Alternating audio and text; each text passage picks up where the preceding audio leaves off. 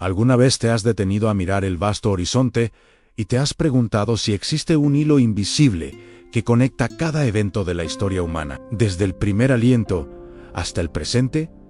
Hoy no solo vamos a narrar hechos antiguos, vamos a desenterrar la arquitectura de un plan milenario. Acompáñame en esta travesía cronológica por el Antiguo Testamento. Si permaneces conmigo hasta el final, las piezas dispersas de la historia cobrarán vida, revelando no solo el pasado de un pueblo, sino el plan maestro del arquitecto del universo. Antes de que el reloj del tiempo comenzara su marcha, antes de la materia y la luz, solo había una realidad, un Dios, un eterno, sin principio ni final.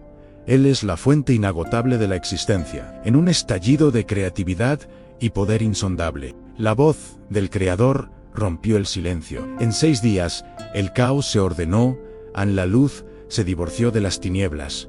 Los océanos abrazaron los continentes y la vida floreció en cada rincón. Pero la obra maestra llegó al final. Del polvo inerte, Dios esculpió al ser humano y sopló en él su propio aliento, otorgándole un espíritu eterno. Adán y Eva, coronados de dignidad, despertaron en el Edén, un santuario de paz, donde el cielo y la tierra se besaban. Sin embargo, la libertad conlleva un riesgo. Dios estableció un solo límite: el árbol del conocimiento del bien y del mal. Pero la tragedia golpeó cuando la astucia de la serpiente sembró la duda.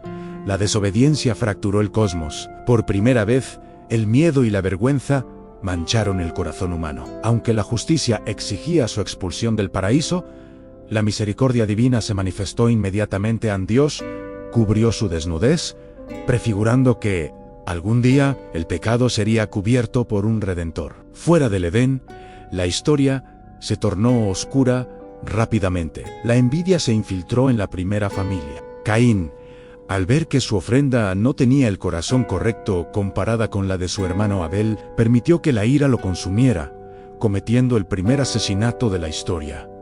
La sangre clamó desde la tierra, pero Dios, en su soberanía, concedió a Set, cuyo linaje mantendría viva la llama de la esperanza. Pasaron los siglos y la corrupción humana llegó a un punto de no retorno. El corazón de Dios se dolió al ver la maldad. Decidió reiniciar la historia a través de las aguas, pero encontró a un hombre justo, Noé.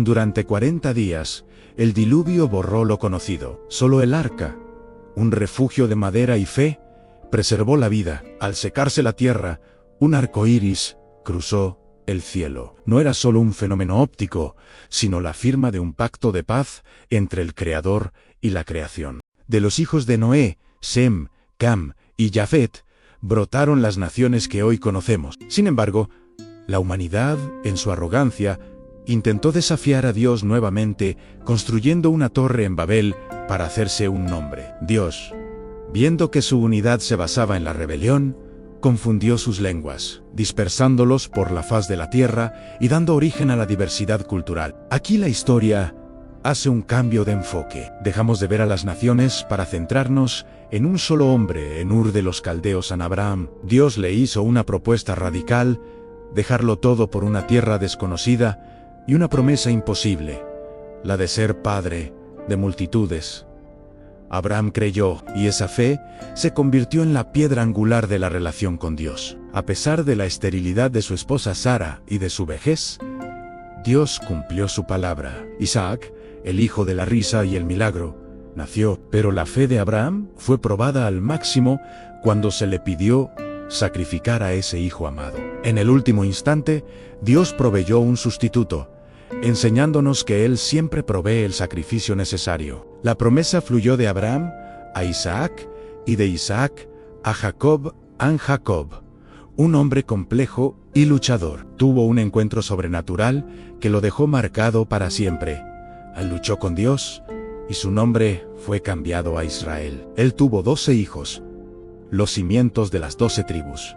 Pero los celos familiares resurgieron. José, el hijo soñador, fue vendido por sus hermanos y llevado a Egipto. Lo que parecía el fin fue la estrategia divina. José ascendió de esclavo a gobernante, y durante una hambruna global, salvó no solo a Egipto, sino a la familia que lo traicionó. Vosotros pensasteis mal contra mí, dijo José, mas Dios lo encaminó a bien. Centurias después, los descendientes de Jacob se habían convertido en una multitud esclava bajo el látigo egipcio. Sus gritos llegaron al cielo. Dios levantó a Moisés, un hebreo criado en palacio, para confrontar al imperio más poderoso de la tierra. A través de 10 plagas devastadoras, los dioses de Egipto fueron humillados. La noche final, la Pascua, marcó la liberación, pero el momento cumbre llegó frente al Mar Rojo. Atrapados entre el agua y el ejército de Faraón, Dios abrió un camino donde no lo había. Israel cruzó en seco hacia la libertad.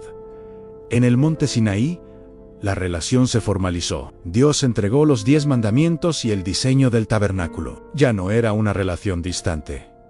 Dios habitaría en medio de su campamento. Israel aceptó ser un reino de sacerdotes, un pueblo apartado para Dios. Tras la muerte de Moisés, Josué asumió el mando. Ante ellos estaba el río Jordán y la ciudad fortificada de Jericó. Nuevamente, las aguas se abrieron y, mediante la obediencia y no la fuerza bruta, las murallas de Jericó cayeron. La tierra prometida fue repartida entre las tribus. Sin embargo, tras la muerte de Josué, Israel entró en una espiral oscura conocida como la era de los jueces. El patrón era trágico y repetitivo: han pecado, opresión enemiga, clamor de arrepentimiento y liberación divina a través de líderes como Gedeón, Débora o el fuerte Sansón. Pero la paz nunca duraba. El pueblo, mirando a las naciones vecinas, cometió un error de juicio. Pidieron un rey humano, rechazando implícitamente a Dios como su rey. Samuel, el último juez, ungió a Saúl. Saúl tenía la apariencia de un rey, pero no el corazón. Su desobediencia le costó el trono. Entonces, Dios buscó a alguien conforme a su propio corazón. Un joven pastor llamado David.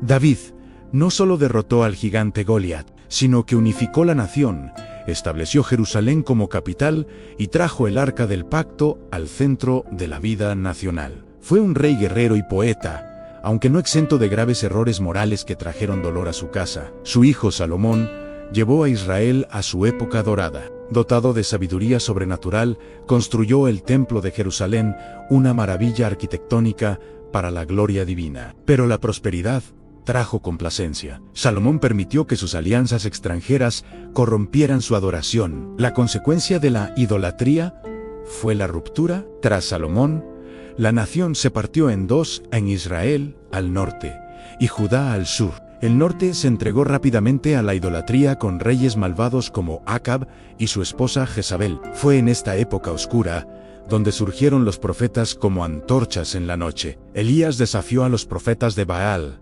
haciendo descender fuego del cielo. Eliseo continuó con milagros asombrosos. Oseas usó su propia vida matrimonial para ilustrar el amor incansable de Dios por un pueblo infiel. Amós rugió contra la injusticia social. A pesar de las advertencias, el norte no escuchó y cayó ante el imperio asirio, siendo dispersados para siempre. En el sur, en Judá, hubo destellos de luz con reyes reformadores como Ezequías y Josías, pero la decadencia espiritual persistió. Profetas como Isaías advirtieron del juicio, pero también hablaron con una claridad asombrosa sobre un futuro Mesías, un siervo sufriente que traería paz eterna. Jeremías, con lágrimas en los ojos, profetizó la caída de Jerusalén y un exilio de 70 años.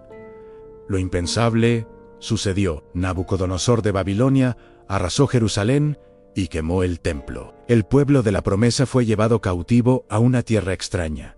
Pero incluso en Babilonia, Dios no los abandonó. Hombres como Daniel y Ezequiel mantuvieron la fe, mostrando que Dios reina sobre todos los imperios humanos. Ezequiel tuvo visiones de huesos secos cobrando vida, una metáfora de la restauración nacional. Tal como se profetizó, el imperio babilónico cayó ante los persas. Ciro el Grande, movido por Dios, emitió el decreto de retorno. Zorobabel lideró la reconstrucción del templo.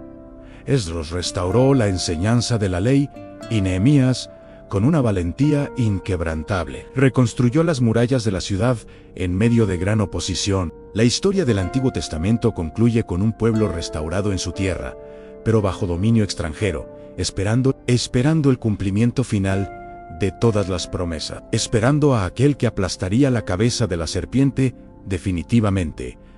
Esta narrativa milenaria no es solo un registro de hechos, es un espejo. Nos muestra la fragilidad humana y la fidelidad inquebrantable de Dios. Vemos que, a pesar de nuestros fallos, el plan de redención avanza imparable. Desde el jardín perdido hasta la ciudad restaurada, el Antiguo Testamento es la gran alfombra roja que se despliega para la llegada del Rey de Reyes Anos.